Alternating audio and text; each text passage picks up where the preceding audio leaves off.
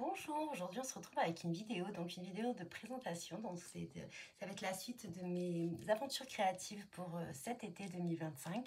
Donc là je vais vous présenter une créa que j'ai faite dans le cadre de mon invitation créative chez Denim Tampon, donc avec les produits de la nouvelle collection et des collections un petit peu précédentes. Et je vais vous montrer un petit peu les produits que j'ai utilisés, comment je les ai utilisés, et je vais essayer de me rappeler également les couleurs que j'ai utilisées pour faire ces créas. Donc je pense, on va commencer tout d'abord par ceci. Alors attendez, voilà, il faut que je trouve où est la caméra. J'essaye de changer un petit peu ma façon de filmer, donc voilà, il faut que j'apprivoise un petit peu. Donc en fait ça, je l'ai... Voilà, vous voyez la taille du tampon. Je l'ai colorisé ainsi que la fleur de frangipanier qui est ici. Et l'hibiscus qui est ici également. Donc ça, ça et ça. Ainsi que les petites fleurs qui sont sur l'appareil photo. Alors, est-ce que je n'ai pas sorti non plus l'appareil photo? L'appareil photo vient d'une collection précédente. Donc je vous inviterai un petit peu à aller voir sur leur site, franchement n'hésitez pas. Donc comme vous le savez, hop, soit les tampons à l'unité, voilà c'est celui-ci. Non, j'ai pas gardé les branchages, ça c'était un petit peu mal découpé, ça faisait pas très joli, donc je les ai coupés. J'ai gardé uniquement les fleurs. Donc pour cela, j'ai fait un mélange. Alors j'ai utilisé mon Neocolor, donc j'ai utilisé pour cette création les Neocolor et aussi les aquarelles. Donc mon Neocolor, je suis désolée, je peux pas mettre plus de lumière, hein, j'avoue que vraiment, il fait très chaud. C'est le vert de malachite. Et c'est le crayon numéro...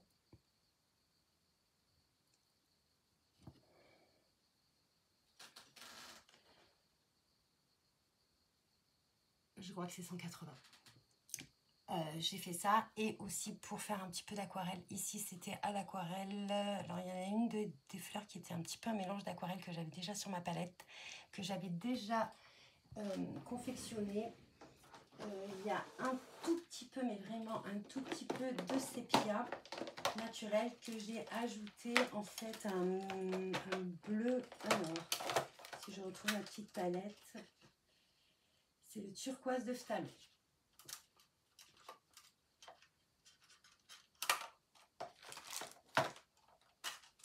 J'ai un petit doute entre le turquoise de phthalo et le vert d'eau. Je vous remettrai, si je retrouve en barre d'infos, je vous remettrai exactement les couleurs. Donc ça, c'était pour tout ce qui est un petit peu dans les tons turquoise. Et ainsi que pour la petite étiquette. Alors pour la petite étiquette, je sais que j'ai utilisé les Neocolor. Et j'ai rajouté un petit peu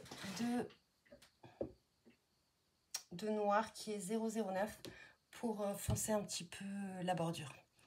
Pour tout ce qui est roue, siège,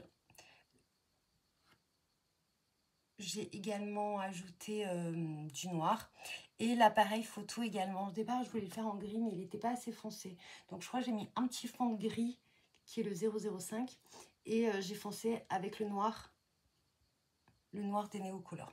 Donc ça, je l'ai fait tout au Neocolor. Les feuilles, c'est toujours mon mélange entre le gomme goutte que je mets. Vous le voyez bien ici, d'ailleurs. Je vais vous montrer. Vous le voyez bien ici, ça illumine vraiment le feuillage. Donc, pareil pour les fleurs. Donc j'ai utilisé le gomme goutte pour les feuilles, j'ai utilisé le vert, c'est mes couleurs du moment en fait, hein, tout simplement. Alors j'ai mis des aquarelles.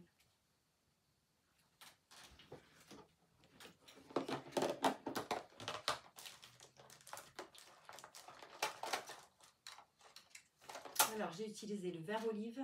J'ai utilisé par moments le style de grain vert et par d'autres moments le style de grain brun. J'avoue que les deux couleurs se ressemblent un petit peu, mais le style de grain vert, je le trouve un tout petit peu plus lumineux. Mais vraiment, les deux couleurs se ressemblent. J'essaierai de vous faire un petit swatch prochainement pour vous montrer un petit peu vraiment les deux couleurs. Et une des deux suffirait à avoir en fait.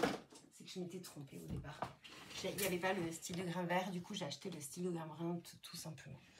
Ensuite, donc je vous ai présenté ce que j'ai utilisé pour le tampon étiquette, c'est celui-ci. Donc j'ai quand même utilisé, donc ce que j'avais envie de faire, c'est utiliser les polas, mais d'une façon un petit peu différente. Donc le Polaroid, c'est celui-ci. Donc c'est le grand modèle, vous avez le petit aussi qui est trop mignon. Je l'utilise très souvent. J'ai mis du prix plaque de chez Laura Bach. Derrière les 3 Polaroids, j'en ai découpé un sur du flex plaque, un sur du calque et un sur du papier blanc. Pour les petits textes, donc j'ai utilisé aussi cette matrice timbre de découpe. Donc j'ai utilisé celui-ci et j'ai utilisé le plus petit. Ensuite, balade au grand air, expérience inédite. Ça vient donc de ce petit texte ici, balade au grand air. Expérience inédite, donc ça c'est la nouvelle collection, c'est celui-ci. Et qu'est-ce que j'ai utilisé? Joli détail. Alors je ne l'ai pas sous les mains, mais je vous l'ai déjà présenté lors d'une création. Donc ça vient d'une planche avec plein de petits textes. Et je pense que voilà, nous avons présenté un petit peu toute la création. Je vous la mets un petit peu de plus près pour que vous voyez.